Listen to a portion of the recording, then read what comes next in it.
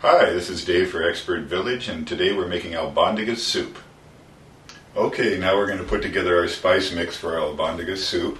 So we have our trusty measuring spoons here, and what we want to do, as I was saying with the recipe, we want to have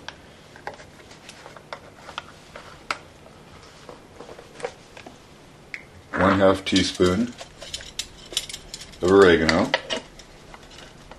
Just add that right in. Doesn't take much to spice this up. This is going to go into the meatballs, so we put that. We want ½ teaspoon of our ground cumin. This is going to add that real earthy, chili type of flavor to it, but not too strong. So ½ teaspoon of that. You can be a little generous with it if you like. I just love the flavor of this, so this would be great to add a little bit more to it. And then we're going to have the ½ teaspoon of salt, because later on the chicken broth will have some salt content to it. So I'm just going to use a little bit of this, pour that in. This isn't working very well, but just pour a little bit of that in just like that. Again, not too much.